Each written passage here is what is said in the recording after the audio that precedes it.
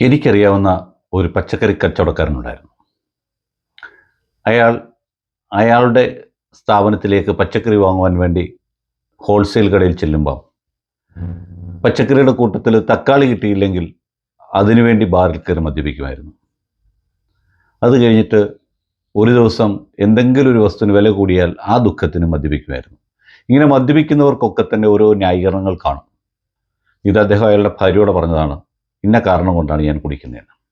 എന്ന് പറഞ്ഞ പോലെ പല കുറ്റങ്ങൾ ചെയ്യുന്നവർ നമ്മുടെ ഇടയിലുണ്ട്. അവരെന്താണ് ചിന്തിക്കുന്നത്, എന്താണ് പറയുന്നത് എന്ന് അവർക്ക് തന്നെ അറിയാത്തൊരവസ്ഥയിലാണ് അവരുടെ അവസ്ഥ. കുറ്റബോധം കൊണ്ട് അവരെപ്പോഴെങ്കിലുമൊക്കെ അവർ തല കുനിക്കും എന്ന് വിചാരിച്ചിട്ടുണ്ടെങ്കിൽ അത് നമുക്ക് പറ്റുന്ന തെറ്റാണ്. അവർ പറയുന്ന വാക്കിനും ചെയ്യുന്ന പ്രവൃത്തിക്കും ഓരോ ന്യായീകരണങ്ങളുണ്ടാകും. അതിൽ ചിലർക്ക് ആ ന്യായീകരണങ്ങൾ പിടിച്ചു നിൽക്കാൻ കഴിയാതെ വരുമ്പോഴാണ് അവരൊരു പക്ഷേ ജീവത്യാഗം തന്നെ ചെയ്യുവാൻ തയ്യാറായി വരുന്നത്. അത് അവരുടെ തലച്ചോറിൻ്റെ ഒരു വ്യത്യസ്തമായ അവസ്ഥയാണ്.